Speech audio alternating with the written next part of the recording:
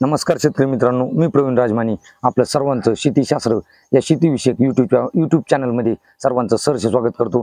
आज या व्हिडिओच्या माध्यमातून आपण कांदा साठवणूक करत असताना कोणत्या टॉप 5 पावडर वापरायच्या याची सविस्तर माहिती या व्हिडिओच्या माध्यमातून आपण पाहणार आहोत। तेव्हा शेतकऱ्यांनी हा व्हिडिओ शेवटपर्यंत पाहावा। चला तर आपण व्हिडिओला सुरुवात करू। पहिली पावडर आहे कूल डस्ट पावडर, तर ती तुम्ही कांदा साठवणुकीमध्ये वापरू शकता।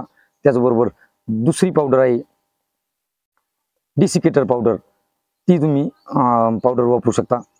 शेतकरी मित्रांनो, कांदा साठवणूक करत असताना काही लोक प्रामुख्याने वापरतात ती म्हणजे कोसावेट पावडर, की ज्याच्यामध्ये सल्फर 80% हा घटक असतो, की जो कांदा साठवणुकीमध्ये जास्त कालावधीसाठी टिकण्यासाठी तो मदत करतो। त्याच्यामध्ये काजळी येत नाही आणि म्हणून कोसावेट ही सुद्धा सल्फर 80% असणारा घटक ही पावडर तुम्ही वापरू शकता। आणि त्याच्यामध्ये चौथी पावडर आहे क्लोरोडॉल डस्ट पावडर, की ज्याच्यामध्ये क्लोरोपायरिफॉस 1.5% अशा कंटेंट असलेलं हे कीटकनाशक तुम्ही वापरू शकता।